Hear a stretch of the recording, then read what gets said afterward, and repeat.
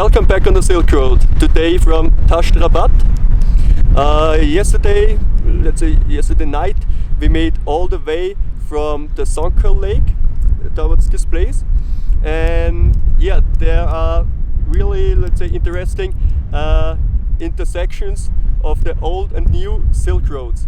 There was a perfectly paved highway from north of Kyrgyzstan towards the south, where we are, and yeah, you can say it's a really important one for China as well. And this really newly well paved highway leads to one of the highest and toughest border crossings in the world, the Tash Pass. It's at an altitude of 3,700 meters, and another really interesting rumor belonging to infrastructure is that there's kind of planning or rumors for a new railway line from the Chinese province of Xinjiang to Uzbekistan, and the only possibility for this new railway line is that it leads through the Naryn Valley, because as we said, we are here with the border crossing at 3,700 meters. The border crossing is in this direction, about 30 kilometers. There's already the Chinese border, and we are in really high mountain ranges, and this Naryn Valley is the only geographical possibility for this railway track or new railway line. And yes, now we are in Tash Rabat, as I said, at an altitude of about, more than 3,000 meters. And now we change to the old Silk Roads, or one of the old Silk Roads. And for this, I take the camera, and Sebastian will go on with the ancient one. Hi. So, now behind us you see Tash Rabat. It's a very famous caravanserai on the ancient Silk Road in a very, very sparsely populated area of Kyrgyzstan, really in the middle of nowhere. As Sebastian already said, it's very close already to the Chinese border, and this shows that it's really one of the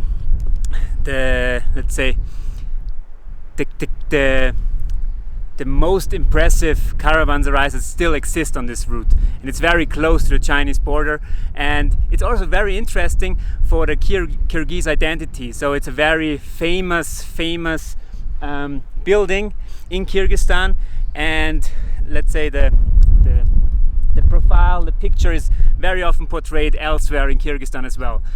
And what is really interesting, as Sebastian already said, there's a lot of infrastructure going on here.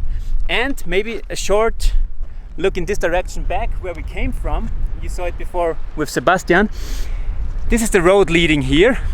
This shows that the Kyrgyz government tries to attract more tourism to this area, because it is very far apart from big cities and very hard to get here. Especially the years before, it was very hard to get here because it's an off-road region, only by four-wheel drive.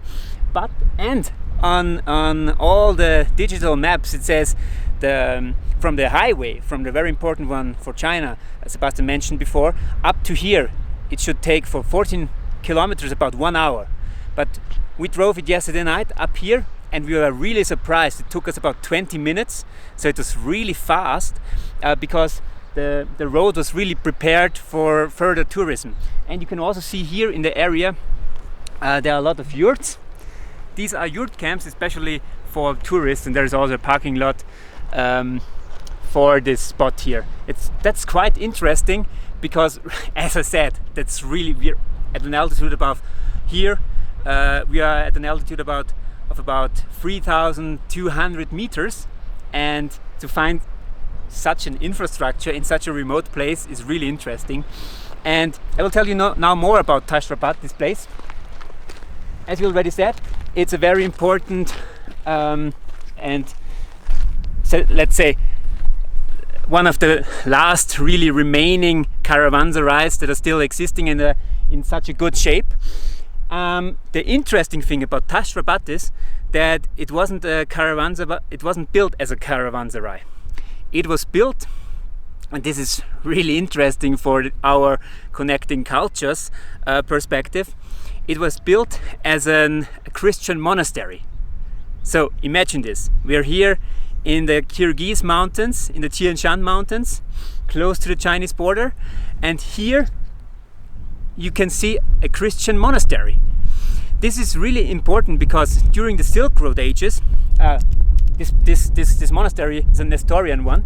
It's like a Christian faith, a Christian belief, believing on Nestor, and this it was built in the 10th century. And the interesting thing is that it shows how religions traveled along the entire Silk Road. So Christianity already made it until China in that period, and this was a very important religion in those days of the Silk Road. And yeah, now we will explore the building. As I said, it was like a monastery before.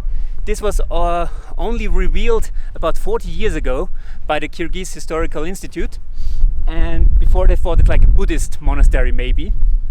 Yes, and nowadays it's then after it was a monastery, it became a caravanserai. What is a caravanserai? A caravanserai is a trading outpost along these Silk Road networks, the ancient ones especially, of course, where traders had a refuge where they were safe from robbers and so forth, from let's say thieves. And here they were able to sell their goods, refresh their horses, their camels, whatever. I'm not talking especially about camels, because yeah, as I said, we are 3,200 meters, but this sort of caravanserais existed along the entire Silk Road network. So, and this is just an example of it. And yeah, it was a very important, let's say, refuge hut in such regions which are very hostile for the humans.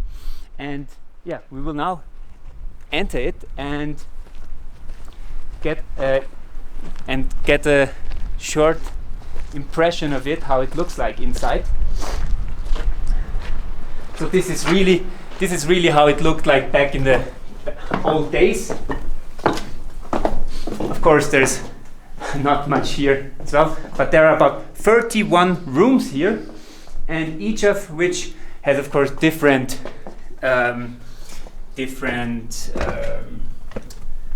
let's say has its different occupation. It was important for different things. Yeah, here in the roof, so from outside you see holes everywhere, and yeah, here you see it from the inside to get light into the rooms, to the 31 rooms. And yeah, that's quite impressive, to be honest. Before we entered, I thought it's really dark inside here. Now I'm really impressed that it's such a light place here. All the rooms are connected through really narrow, let's say, kind of doors. I mean, as you can see, there is no real information about this building here. So I would assume you would need a guide to especially get information about each room.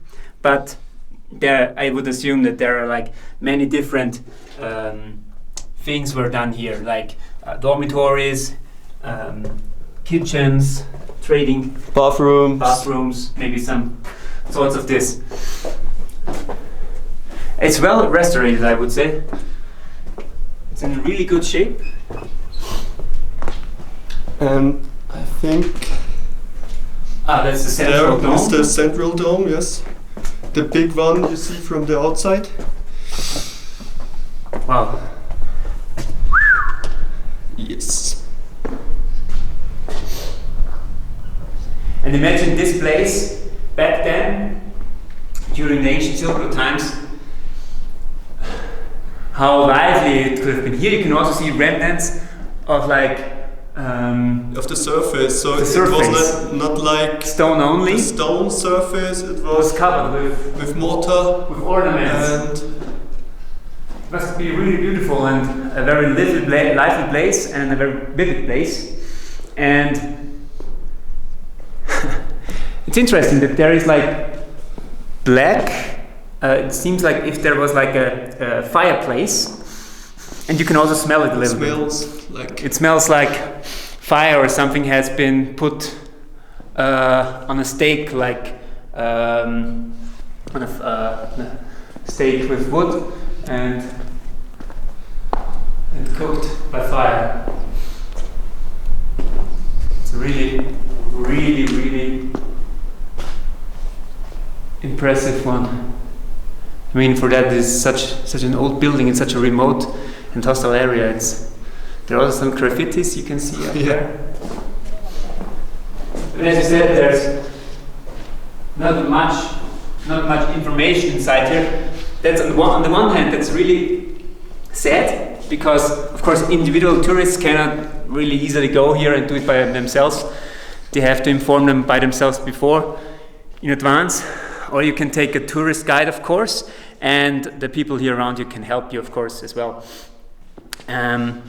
But on the other hand, it's really interesting to experience such historical places in their almost true shape, with no boundaries, no like not a lot of boards with information. No. It's a really It feels real. Yeah, it's a real experience.